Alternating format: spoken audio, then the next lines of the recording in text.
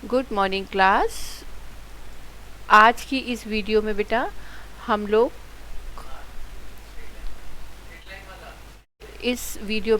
Application of Kohlrausch law को discuss करेंगे, क्योंकि प्रीवियस वीडियो में मैंने आपको कोलरॉश लॉ तक एक्सप्लेन किया था। ठीक है बच्चा, और एज सिंपल एज दैट छोटे से शॉर्ट फॉर्म में हम लोग फिर से एक बार दिमाग में कोलरॉश लॉ को रिकॉल कर ले कि molar conductivity at infinite dilution equal to the molar conductivity of cation and molar conductivity of anion, and each conductivity term is multiplied by its respective ions. Clear? तो इस एक loss के applications हम लोग किस किस फील्ड में कैसे इसका यूटिलाइजेशन करेंगे कैलकुलेशन में, एक एक करके डिस्कस करते हैं। सबसे पहले इस लॉ का यूटिलाइजेशन कैलकुलेशन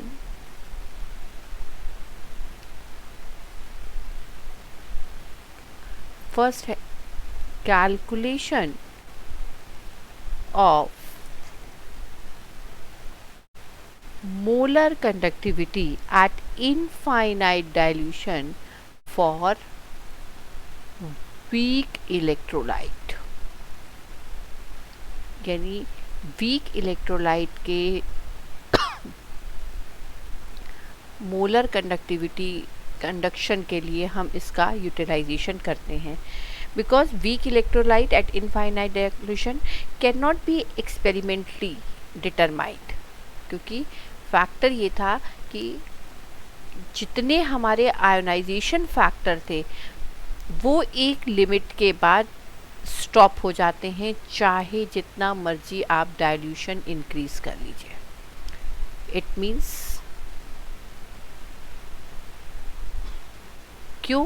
क्योंकि वीक इलेक्ट्रोलाइट की अपनी एक लिमिट है कि 5 to 7% से ज़्यादा ये आयोनाइज नहीं होगा, चाहे हम जितना मर्जी डाइल्यूशन इंक्रीज कर दें। क्लियर? ऐसे केसेस के लिए जब हम मोलर कंडक्टिविटी को कैलकुलेट करेंगे तब हम यूज़ करते हैं कोलरॉश का लॉ। अब इसको हम एक एग्जांपल से समझ के देखते हैं बच्चा कि if we calculate the molar conductivity at infinite dilution for acetic acid, हमें कैलकुलेट करना है molar conductivity of molar conductivity at infinite dilution of acetic acid. It means कि अगर इसे कैलकुलेट करना है तो हमें 2 डिफरेंट आयंस रिक्वायर्ड हैं। One is acetate ion and another is H+ ion. इन दोनों की मोलर कंडक्टिविटी हमें मिल जाए, नंबर ऑफ आयंस डिसोसिएट करने पर 1 1 है, तो 1 और 1 से हमने मल्टीप्लाई कर लिया और इनको जब हमने ऐड कर दिया तो हमारी मोलर कंडक्टिविटी इनफाइनाइट डाइल्यूशन पर एसिटिक एसिड की कैलकुलेट हो जाएगी। ठीक, ये एक सिंपल सा फॉर्मूला आया हमारे पास जो हमें रिक्वायर्ड है, and this equation can be arrive at by knowing the molar conductivities at infinite dilution for the strong electrolyte। इसका कैलकुलेशन हम with the help of strong electrolyte कर लेंगे, because strong electrolyte 100% ionize factor है। तो इसके ions हमारे पास maximum कितने आ सकते हैं वो आ जाएंगे। तो स्ट्रॉन्ग इलेक्ट्रोलाइट मतलब जैसे मान लीजिए कि हमने KCl लिया, क्लियर? लेकिन KCl, चलिए हमने पोटेशियम एसीटेट ले लिया और हमने HCl, ये 3 कंटेंट की मोलर कंडक्टिविटी हमारे पास है। तो जब हमारे पास इनकी मोलर कंडक्टिविटीज़ है तो इट मीन्स कि ये कैसे बनी होगी, equal to the molar conductivity of K+ ion equal to molar conductivity of Cl- ion. Similarly जब इसको हमने डिसोसिएट किया तो molar conductivity of K+ ion plus molar conductivity of acetate- ion. Clear? Similarly जब हमने HCl को बच्चा ionise किया तो molar conductivity of H plus ion और molar conductivity of Cl minus ion, ये 3 इक्वेशन हमारे पास मेकअप हो जाएंगे। और इन 3 इक्वेशन की हेल्प से we want acetate ion, because अगर हमें एसिटिक एसिड चाहिए तो हमें एसीटेट आयन रिक्वायर्ड है और हमें H प्लस आयन रिक्वायर्ड है, क्योंकि जब ये दोनों आयन्स आपस में ऐड कर देंगे तो हमारे पास रिजल्टेंट एसिटिक एसिड आ जाएगा। क्लियर? तो इट मीन्स कि when we get molar conductivity at infinite dilution for acetic acid, then add two different things, molar conductivity of CH3COOK जो न्यूमेरिकल में गिवन है, plus molar conductivity of HCl, क्योंकि ये दोनों हमने ऐड किए तो हमारे पास रिजल्टेंट जो बन के आया वो आएगा रिजल्टेंट ये एसिटिक एसिड। अगर हमने इक्वेशन नंबर 2 और 3 को ऐड किया तो एसिटिक एसिड प्लस KCl, तो जो रिजल्टेंट हमारे पास आएगा, अगर हम इस एसिटिक एसिड और KCl में से KCl को भी माइनस कर दें तो रिजल्टेंट एसिटिक एसिड आ जाएगा। इसका मतलब KCl की वैल्यू भी हमको न्यूमेरिकल में गिवन होगी, तब हम इन दोनों इक्वेशन को ऐड करके सब्ट्रैक्ट कर देंगे molar conductivity of KCl। I think formula का डेरिवेशन आपको क्लियर हो गया। अब अगर इस तरीके से हम किसी इक्वेशन को सॉल्व करते हैं तो अब हम इसको एक एग्जाम्पल से समझते हैं। ये तो मैंने विदाउट एनी न्यूमेरिकल वैल्यू आपको कैलकुलेट करके दिखाया। अब हम एक इक्वेशन न्यूमेरिकल के साथ लेकर के देखें कि कैसे हम कर सकते थे कि इफ़ 2 इक्वेशंस की बात करें तो the molar conductivity of NH4Cl, हमारे क्वेश्चन में हमें गिवन है molar conductivity of NH4Cl at infinite dilution is 149.7 siemens centimetre square. Clear? आगे उसने क्वेश्चन दिया and the ionic conductivities of OH minus ion and Cl minus ion, ionic conductivities इसकी दी गई है बच्चा 198 और इसकी दी गई है 76.3 और यूनिट वही रहेगी सीमेन सेंटीमीटर स्क्वायर, क्योंकि मोलर कंडक्टिविटी की बात कर रहे हो आप। Calculate the molar conductivity of NH4OH ion.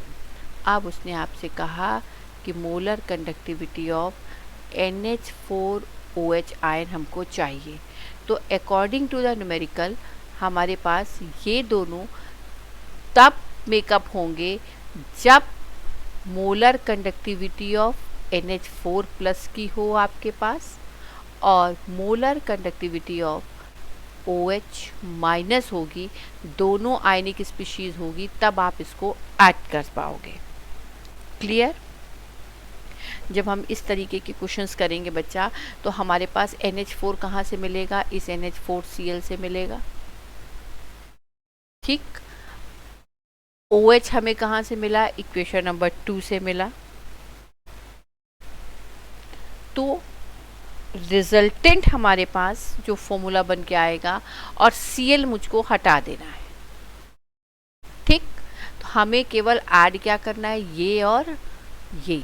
तो जब हमने पहली वाली इक्वेशन को डिसोसिएट किया तो NH4 प्लस Cl माइनस, दूसरे वाले में मेरे पास OH माइनस ही आयन था, यानी इन दोनों इक्वेशन को ऐड करें और तीसरा जो Cl की वैल्यू मेरे पास एक्स्ट्रा आ गई उसे हम माइनस करें। तो हमारे पास गिवन वैल्यू की हेल्प से हम molar conductivity of NH4Cl plus molar conductivity of OH minus ion minus molar conductivity of Cl minus ion. Clear? अब आप इसको ऐड कर दीजिए बच्चा। जो वैल्यूज़ आपको दी गई हैं NH4Cl की कितनी दी गई है? 149.7। OH की कितनी दी गई है? 198 और उसमें से आप माइनस करोगे 76.3। ज़रा फटाफट इसको ऐड करके देख ले कितना आ गया आंसर आपके पास। मैं आपको यहाँ साइड में थोड़ा सा कैलकुलेशन करके दिखा देती हूँ। ये मैंने ब्लैक जो ब्लॉक बनाया है ये खाली कैलकुलेशन के लिए है। तो 149.7 198.0 टोटल कितना आ गया 714 और इसमें आपने माइनस किया 76.3 कर लीजिए।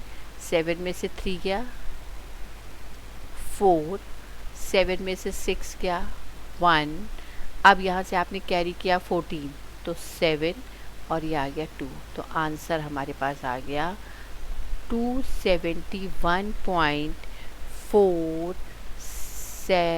सीमन सेंटीमीटर स्क्वायर पर मोल।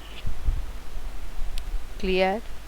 न्यूमेरिकल का क्राइटेरिया समझ में आया कि जितनी गिवन क्वांटिटी आपके पास होगी आप पहले उसको आयनाइज कर लीजिएगा। आयनाइज करके चेक करिएगा कि हमें अपने आंसर के लिए कौन से आयंस चाहिए और जो आयंस हमें चाहिए उनको हम प्लस कर देंगे और जो रेस्ट स्पीशीज़ बचेगी उसको हम सब्ट्रैक्ट करके अपना आंसर चेक कर लेंगे। Clear all of you? चलिए, अगर अब आपको ये मेरी बात समझ में आई तो एक इक्वेशन इसी से रिलेटेड और कोशिश करके देख लीजिए कि वैल्यूज़ के लिए हम फॉर्मूला कैसे बनाएंगे। बस अगर आपको मेन इक्वेशन का फॉर्मूला मेकअप करना आ जाएगा तो आप न्यूमेरिकल कभी भी गलत नहीं करेंगे। क्लियर? जैसे अब एक इन्होंने क्वेश्चन हमको दिया,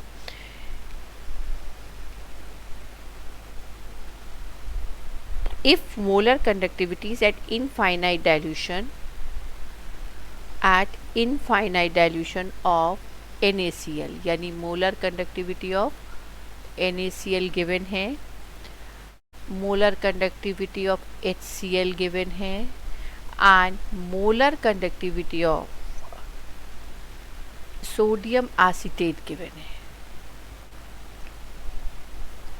कितना NaCl गिवन है 126.4, HCl गिवन है 425.9 और ये गिवन है 91 सीमेन सेंटीमीटर स्क्वायर पर मोल। सबकी यूनिट वही होगी, ठीक, क्योंकि मोलर कंडक्टिविटी है। अब उसने आपसे कहा कि calculate molar conductivity of acetic acid CH3COOH, ये हमको कैलकुलेट करनी है।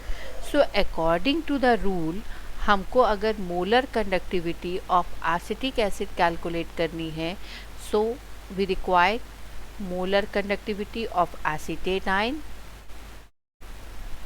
Plus molar conductivity of H plus ion. Am I right?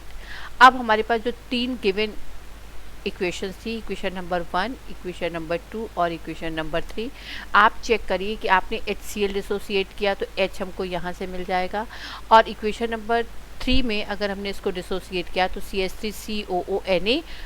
CH3COO minus और Na प्लस। इट मीन्स जब हम इक्वेशन नंबर 2 और 3 को ऐड करेंगे तो हमें एसीटेट आयन भी मिल जाएगा और H प्लस आयन भी मिल जाएगा, जो कि हमें फाइनल इक्वेशन के लिए रिक्वायर्ड है। लेकिन इन दोनों आयंस के अलावा हमारे पास कुछ एक्स्ट्रा फिगर भी आ जाएंगे। कौन से एक्स्ट्रा आ जाएंगे? ये Na और ये Cl। इस NaCl को अगर हम उस पूरे फिगर में से रिमूव कर देंगे तो हमारे पास एसिटिक एसिड बन जाएगा। यस, और NaCl का हमें मोलर कंडक्टिविटी ऊपर दिया है। इसका मतलब इसका फाइनल इक्वेशन क्या बना कि at molar conductivity of HCl plus molar conductivity of acetic sodium acetate minus molar conductivity of NaCl। अब अगर आपको ये फॉर्मूला आ गया तब आप सीधे सीधे वैल्यू रख देंगे 425.9 प्लस 91 माइनस 126.4 4 और इसको आपने कैलकुलेट कर लिया तो आपके पास आंसर आ जाएगा 390.5 सीमेन सेंटीमीटर स्क्वायर पर। आई थिंक अब आपको पहली एप्लीकेशन क्लियर हो गई। इससे रिलेटेड जितने न्यूमेरिकल आपके पास पॉसिबल हों प्रैक्टिस करिएगा, क्योंकि इसी में molar conductivity of barium chloride का हो सकता था, इसी में आपको वो बेरियम हाइड्रोक्साइड का दे सकता था। तो जितने अब डबल आयन वाले हैं उसमें आपको जो भी आयनिक स्पीशीज़ दी जाएगी उसको आप पहले सिंगल में कन्वर्ट करेंगे और फिर ऐड करके रिजल्टेंट गेन करेंगे। सेकेंड एप्लीकेशन इसका आता है calculation of degree of dissociation और डिग्री ऑफ डिसोसिएशन को अल्फा से डिफाइन किया जाएगा, क्योंकि आर्हेनियस इक्वेशन में हम लोगों ने पढ़ा था कि जब आयंस को हम डिसोसिएट करते हैं तो total dissociated factors upon total ions. ठीक, तो Arrhenius theory of electrolytic dissociation, the increase in the molar conductivity with dilution is due to the increase in the dissociation of the electrolyte. ये तो हम लोग ने अपनी बात को पहले भी क्लियर किया कि मोलर कंडक्टिविटी इंक्रीज करती है increase of dilution, because molar conductivity is equal to kappa into 1000 upon m। जैसे जैसे आप डाइल्यूशन इंक्रीज करते हो वैसे वैसे नंबर ऑफ आयंस इंक्रीज कर जाते हैं। क्लियर? तो डिग्री ऑफ डिसोसिएशन कैलकुलेट करोगे बेटा, alpha is equal to molar conductivity at C concentration upon molar conductivity of infinite dilution. तो अगर इस इनफाइनाइट डाइल्यूशन को देखें तो हमने जो पहली एप्लीकेशन आपको बताई उसके बेस पे कैलकुलेट हो सकता है, या अगर कोई सिंपल न्यूमेरिकल होगा तो आपको डायरेक्ट हम दे देंगे, तो आप केवल डिवाइड करके भी इस आंसर को, इस एप्लीकेशन को सॉल्व कर सकते हो। क्लियर?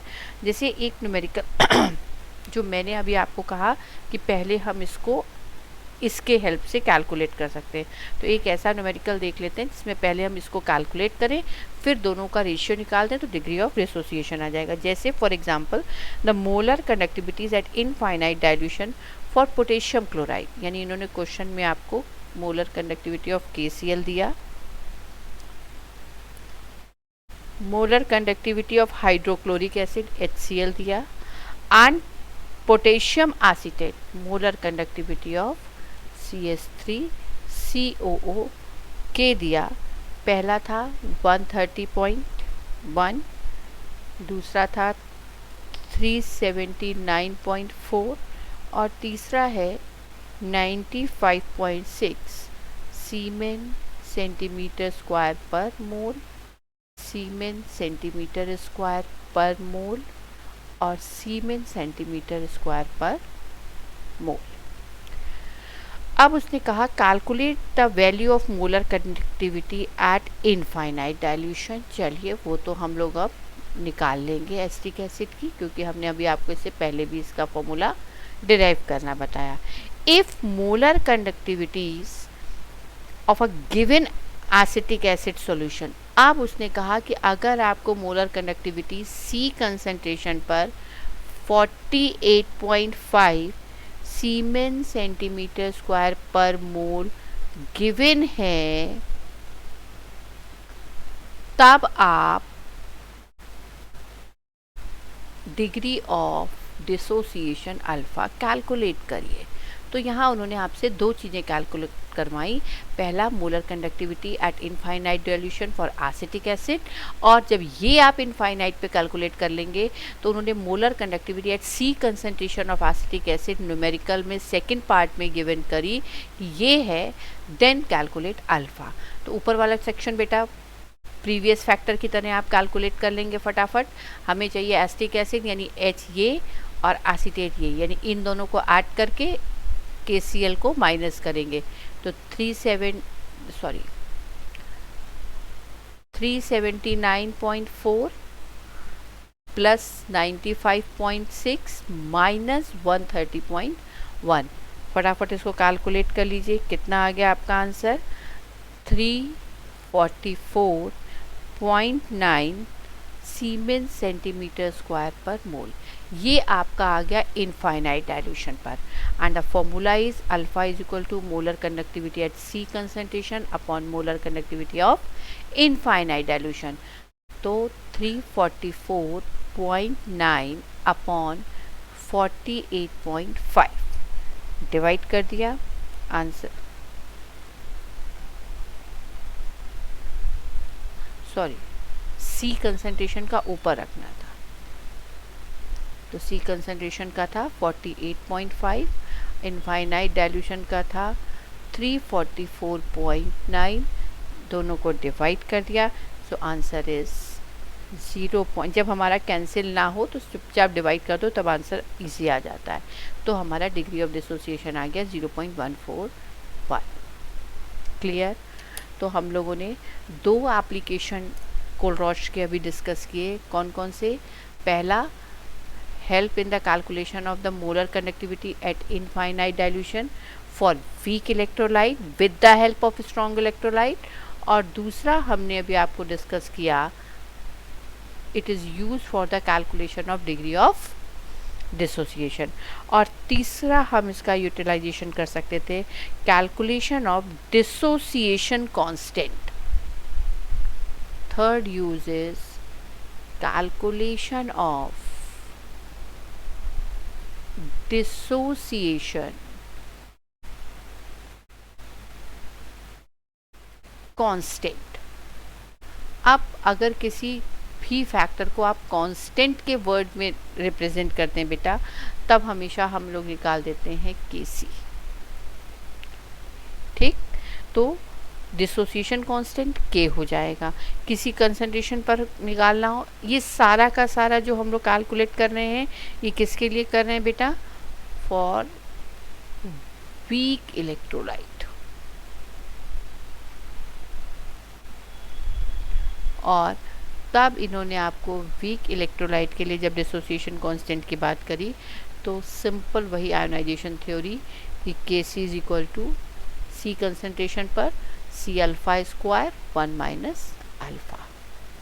अल्फा क्या था यहाँ पर? डिग्री ऑफ डिसोसिएशन, और सी का मतलब हो गया जो भी न्यूमेरिकल में आपको कंसंट्रेशन गिवन होगी। क्लियर? इसका भी एक न्यूमेरिकल बच्चे हम लोग करके देख लेते हैं। क्वेश्चन है, न्यूमेरिकल पढ़ के, कंडक्टिविटी ऑफ 0.00241, मैंने क्या कहा? 0.00241 एम। एम का मतलब ये इसका कंसंट्रेशन गिवन है, क्योंकि मोलारिटी गिवन है, मोलारिटी मोल्स पर लीटर में। इस कंसंट्रेशन के सॉल्यूशन के लिए कंडक्टिविटी गिवन है, कंडक्टिविटी मतलब kappa 7.896 into 10 to the power -5 सीमेन पर centimetre. Calculate the molar conductivity in the solution. उसने आपको पहली बात कही कि आप इसकी मोलर कंडक्टिविटी कैलकुलेट करिए। इफ़, आप उसने सेकेंड पार्ट इस क्वेश्चन का बनाया कि if molar conductivity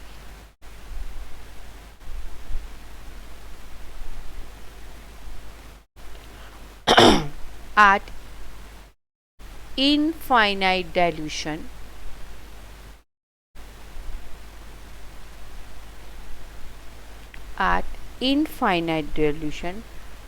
for acetic acid, यानी अगर हम सिंपल आपको बताते तो मोलर कंडक्टिविटी एट इनफाइनाइट लिख करके भी काम चला सकते थे, लेकिन मैंने इसलिए लिखा क्योंकि मैं पूरा न्यूमेरिकल आपको यहाँ पर नोट करके नहीं देती हूँ। 390.5 सीमेन सेंटीमीटर स्क्वायर पर मोल। What would be the dissociation constant? देख बेटा, इस न्यूमेरिकल में उसने आपसे सब कुछ करा लिया, क्योंकि K निकालने के लिए हमारे पास फॉर्मूला है C alpha square 1 minus alpha. Am I right? Alpha निकालने के लिए हमें ज़रूरी है molar conductivity at C concentration upon molar conductivity of infinite dilution, right? तो ये वाली वैल्यू तो हमें उसने न्यूमेरिकल में गिवन कर दी, बट ये वाली न्यूमेरिकल की वैल्यू इन्होंने गिवन नहीं करी। और अगर नहीं करी तो ये सेक्शन जो हमें पहली यूनिट का दिया गया था, इसकी हेल्प से हम molar conductivity at C concentration because kappa into 1000 upon m की हेल्प से कैलकुलेट करेंगे। तो कप्पा कितना था? 7.896 into 10 to the power -5 into 1000 upon molarity यानी कंसंट्रेशन कितनी थी? 0.00241। ठीक। और जब आपने इसको पूरे कैलकुलेट करा तो ये आपके पास मोलर कंडक्टिविटी आ गई 32.76 सीमेन सेंटीमीटर स्क्वायर पर मोल। जब आपने ये ऊपर वाला सेक्शन कैलकुलेट कर लिया, देन इस सेकेंड इक्वेशन की हेल्प से you find the alpha. So alpha is equal to आता आपके पास C कंसंट्रेशन। C कंसंट्रेशन पर आपके पास मोलर कंडक्टिविटी आई 32.76 और according to the numerical infinite dilution पे हमें गिवन की गई थी 390.5। दोनों को डिवाइड किया and then we get degree of dissociation 0.084। अब मेरे पास बेटा जी ये भी आ गया, ये भी आ गया, तो अब हम डिसोसिएशन कांस्टेंट निकाल लेंगे C alpha square 1 minus alpha. C कितना गिवन था हमारे पास? 0.0021 इंटू अल्फ़ा कितना आया हमारे पास? 0.084 का होल ट्वाइस अपॉन 1 माइनस 0.084 को आप कैलकुलेट कर लीजिए। 1.85 into 10 to the power -5। Clear बच्चा पार्टी? तो ये 3 एप्लीकेशन आपके पास कोलरॉश लॉ के आए। चौथा हम इसका एप्लीकेशन डिस्कस करेंगे जो हमें स्प्रिंगली सॉल्युबल सॉल्ट्स के लिए हेल्प करेगा। यानी नेक्स्ट इसका जो कैलकुलेशन आएगा, 4th एप्लीकेशन हमारे पास आया, it is used for the calculation of solubility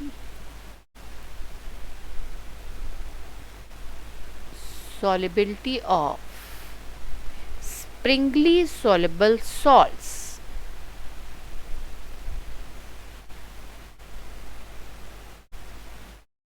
What do you mean by springly soluble? Springly soluble salts. Generally जो बेटा हमारे पास सॉल्ट्स हैं जैसे AgCl, barium sulphate, lead sulphate, which dissolve to a very small extent in water are called sparingly soluble salts. कुछ salts जो पानी में 100% डिसोसिएट नहीं होते हैं, like silver chloride, barium sulphate, lead sulphate, ऐसे कुछ सॉल्ट्स हमारे पास कई एग्जाम्पल हैं एट्सेट्रा जो वाटर में 100% आयोडाइज नहीं होते हैं। ऐसे सॉल्ट्स को हम बोलते हैं Sprüngli soluble salts. Clear? They dissolves very little, their solution are considered at infinite dilution. So as their solutions are saturated, their concentration is equal to their solubility. तब हम इस sprinkly soluble salts की जो concentration है वो हम मान लेते हैं कि ये concentration equal to the solubility. और what do you mean by solubility, ये आपने सॉल्यूशन के चैप्टर में भी पढ़ा था और आयनिक इक्विलिब्रियम में भी आप इसको पढ़ के आएंगे। तो इसका मतलब हमारे पास फॉर्मूला था molar conductivity at infinite dilution into kappa into 1000 upon concentration यानी मोलारिटी। तो हमने क्या कहा कि स्प्रिंगली सॉल्युबल सॉल्ट्स के लिए ये कंसंट्रेशन ही सॉल्युबिलिटी के बराबर आ जाएगा। यानी अब हमारा फॉर्मूला हो गया molar conductivity at infinite dilution is equal to kappa into 1000 upon solubility. Clear? तो इस फॉर्मूले की हेल्प से हम सॉल्युबिलिटी कैसे कैलकुलेट कर लेंगे? So solubility is equal to kappa into 1000 upon molar conductivity of infinite dilution. Okay, इस फॉर्मूले की हेल्प से हम स्प्रिंगली सॉल्युबल सॉल्ट्स की सॉल्युबिलिटी को कैलकुलेट कर लेते हैं। क्लियर बच्चा पार्टी? इसका भी एक न्यूमेरिकल हम देख लेते हैं। इसका न्यूमेरिकल सीधा सीधा आ गया कि the conductivity of a saturated solution of AgCl at 288 kelvin is found to B.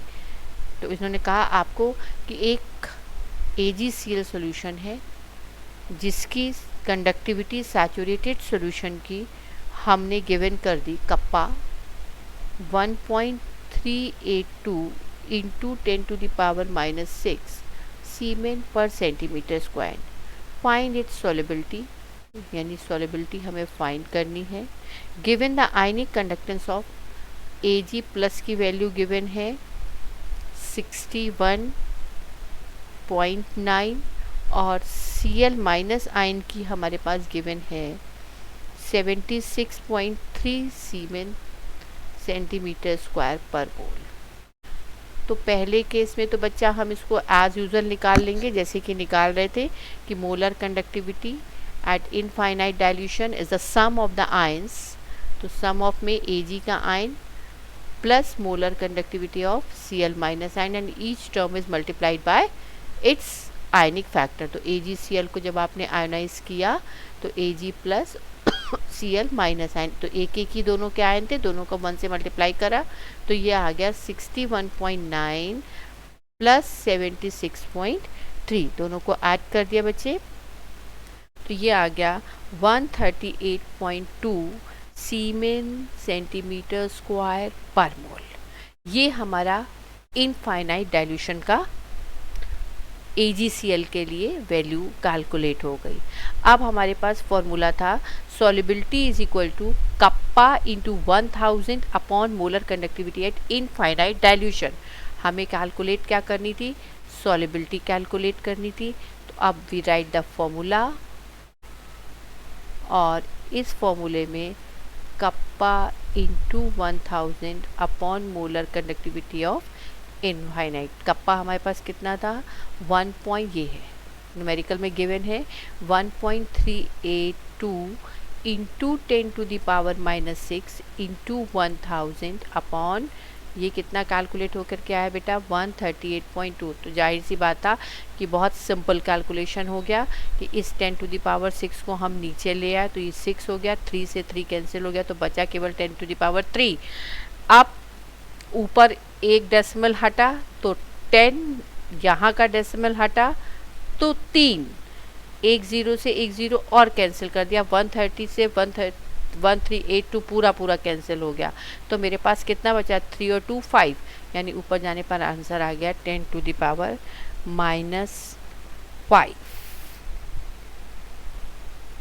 Moles per litre. Solubility किस में आ गई हमारे पास? Moles per litre. और अगर हमें ग्राम्स पर लीटर में निकालनी हो तो AgCl का मास कितना होता है? 143.5। तो हम इसमें 143.5 से मल्टीप्लाई कर दें तो 1.435 इंटू 10⁻³ ग्राम्स पर लीटर भी आ जाएगा। वो तो आपको जिस यूनिट में आंसर एग्ज़ाम में कहा जाएगा आपको उसी यूनिट में कैलकुलेट करके देना पड़ेगा। And the last application of this law, fifth application is calculate of ionic product of water. Fifth हमारे पास जो इसका यूटिलाइजेशन आया वो calculation of ionic product of water. Clear बच्चा पार्टी? आप वाटर के लिए हमें H+ आयन का कंडक्टेंस चाहिए, OH- आयन का कंडक्टेंस चाहिए और दोनों को ऐड कर देंगे तो molar conductivity of infinite dilution आ जाएगा। क्लियर? यहाँ तक किसी की कोई दिक्कत? जब ये आपके पास आ जाएगा फिर चाहे आपको वो कुछ भी कैलकुलेट करा दे, सॉल्युबिलिटी कैलकुलेट करा दे, मोलारिटी कैलकुलेट करा दे, कुछ भी करवा दे। क्यों? क्योंकि हम लोगों ने आयनिक इक्विलिब्रिया में पढ़ा था constant of water is equal to the concentration of H+ ion into OH- ion, और इसी की हेल्प से हम वहाँ पर pH भी कैलकुलेट कर लेते थे। क्लियर? तो ये 5 एप्लीकेशन हम लोगों ने आज समझे जो कि कोलरॉश लॉ में आएंगे। पहला, कैलकुलेट। फिर से एक बार वीडियो कंप्लीट होने से, बंद होने से पहले पूरे सेक्शन को रिवाइज कर लीजिए कि पहला, calculate molar conductivity at infinite dilution for weak electrolyte. Clear? दूसरा एप्लीकेशन आपने पढ़ा degree of calculation of degree of dissociation. तीसरा आपने पढ़ा it is use for the calculation of dissociation constant. Dissociation constant. Fourth application आपने पढ़ी it is use to determine the solubility of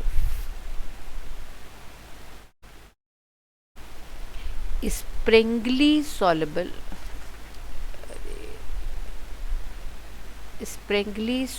salts